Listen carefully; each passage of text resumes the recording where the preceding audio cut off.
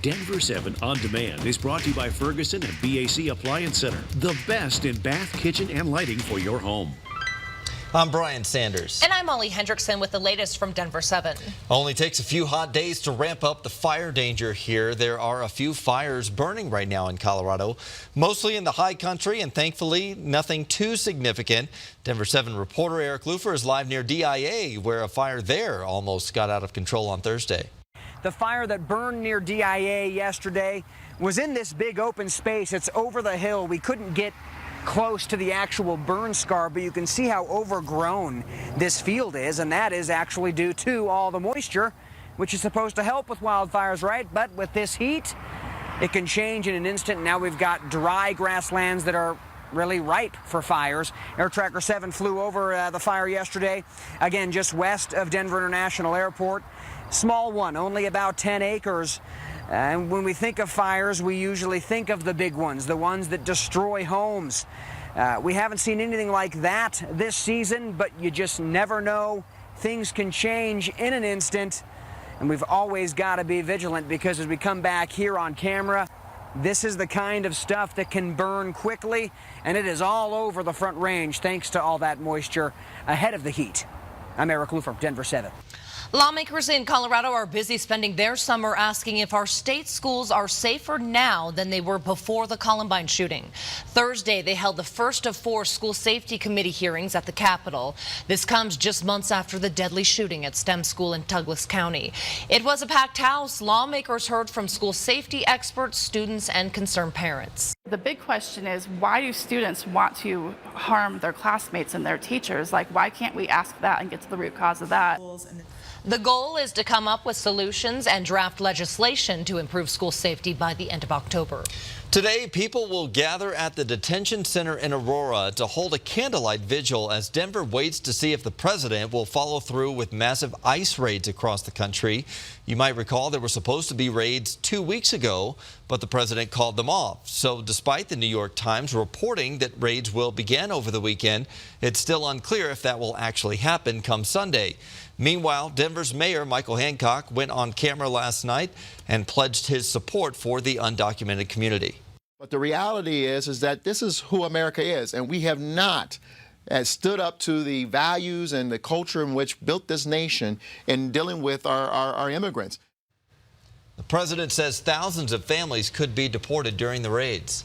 More than 2,000 conservatives are in Denver today for the Western Conservative Summit. That summit is being held at the Colorado Convention Center and is considered the largest annual gathering of conservatives in the western part of the country. Denver 7's Micah Smith has more with what today's agenda is. The Western Conservative Summit is Friday and Saturday right here at the Colorado Convention Center. Organizers are calling this event the Rally on the Right. Starting Friday, there will be 2 days of workshops and about 50 speakers. The lineup of speakers includes Donald Trump Jr., Housing Secretary Ben Carson, U.S. Senator from Colorado Cory Gardner, and another big name from our state, Governor Jared Polis. According to a Western Conservative Summit spokesperson, Polis is making history as the first elected Democratic official to address the summit.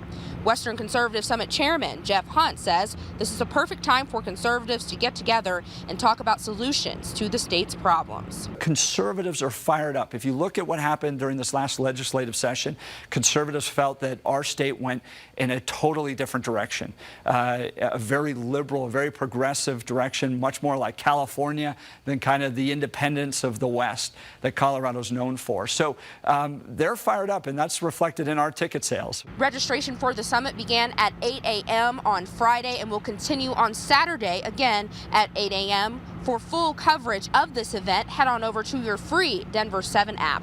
Reporting in downtown Denver, Micah Smith, Denver 7.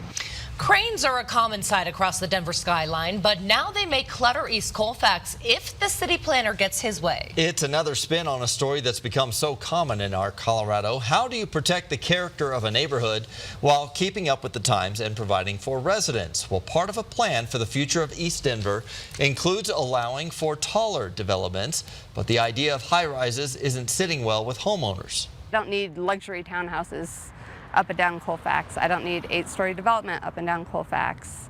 Like, We need safer streets for our kids. And while we love living in an urban area, the traffic can be really bad here, not just on Colfax, but also on 13th and 14th Street. Next month, there is a public meeting before the plan goes to the city council for approval. One woman in Denver reached out to Contact 7 after an iconic part of her yard has now lost its appeal. Michelle Gabriel says the evergreen on her lawn was beautiful and symmetrical. Not anymore. Her neighbor next door is currently working on his property and decided to cut some of the branches on part of the tree that's in his yard. Only problem is the company he hired to cut all those branches cut the ones on Michelle's property line as well. My husband came outside this morning and asked me if I knew that our tree had been trimmed, and I said no. I had no idea. And then I came out and took a look at it, and I was just shocked. It's been mutilated. Now, she says no one notified her that those branches would be cut. The developer, John Dilday, says they tried to. They even knocked on her door several times, but she says he should have done more to notify her. This week marks the halfway point of summer break for many students, and in 4 to 5 weeks, they're going to be heading back to school. And that's why we need your help to raise money and donations to fill hundreds of backpacks. You can donate at any Les Schwab Tires location through July 28th or head to thedenverchannel.com/pack a backpack. Crews in Highlands Ranch are busy recovering Triceratops fossils from a construction site, and Thursday even more fossils were discovered. They will soon join other bones on display at the Denver Museum of Nature and Science. So far, crews have uncovered 30% of the dinosaur's bones since that dig started back in May. Right now, a growing trend could become the new green juice. It's called chlorophyll water, and it includes some of the pigments that make plants green and help produce energy. Fans say it's a great antioxidant and helps the liver. Experts say, though, there's not enough research to prove whether those claims are true. Not to mention drinking too much chlorophyll water would give you a stomachache and turn your tongue and urine green. As the alcoholic seltzer craze has led one local cannabis company to put their own spin on it. They're infusing sparkling water with THC. Fix is a carbonated water beverage by company Spherix, and it just launched this week. Each bottle contains both THC and CBD, but in lower doses. It's cool, it's refreshing. There's no cannabis taste whatsoever. It's clear. You know, there's no smell. It's basically like drinking LaCroix. You just feel a lot better after. Now, the drink is regulated like all marijuana products at the state level and will only be available at dispensaries.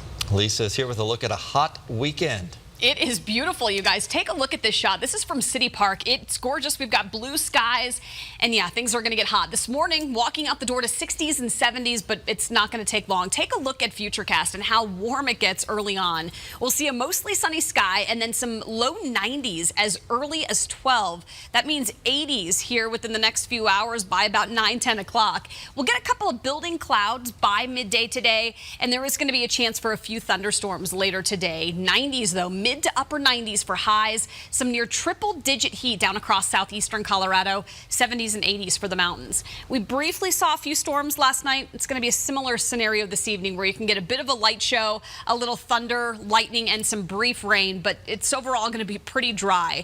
80s by about 8 o'clock tonight. Now, early Saturday morning, we're going to drop into the 60s. Gorgeous again tomorrow morning for a walk, a bike, go hiking early on, because by the afternoon, a few more thunderstorms will pop up.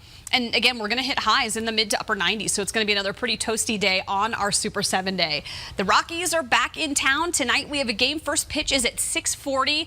Upper 80s by that point. It's going to be a really warm game, especially if you have seats in the sun. 70s by the end of the game, so a warm one with, again, that slight chance for a few storms. A better chance to get a little bit of rain this weekend. Saturday, tomorrow, that risk of severe weather is going to be really low with these storms that we see. Tomorrow, we've got a shot at seeing a few stronger storms, but it's going to be well off to the north of Colorado. Now, on Sunday, we'll be at about 93. So if your kids have any games this weekend, the early morning games, those will be nice. Mild and dry with some sunshine. The late afternoon games, hot with a few storms with those highs in the 90s, really through the weekend into the first of next week. We get a minor cool down on Tuesday, upper 80s, but you guys, that's the coolest day on this 7-day forecast. Otherwise, it's a lot of 90s for mid-July, but very, very typical. Thank you, Lisa. Thank you for watching this Denver 7 Now update. Make sure you check back here later today for another update and download the free Denver 7 app for breaking news and alerts. Happy Friday.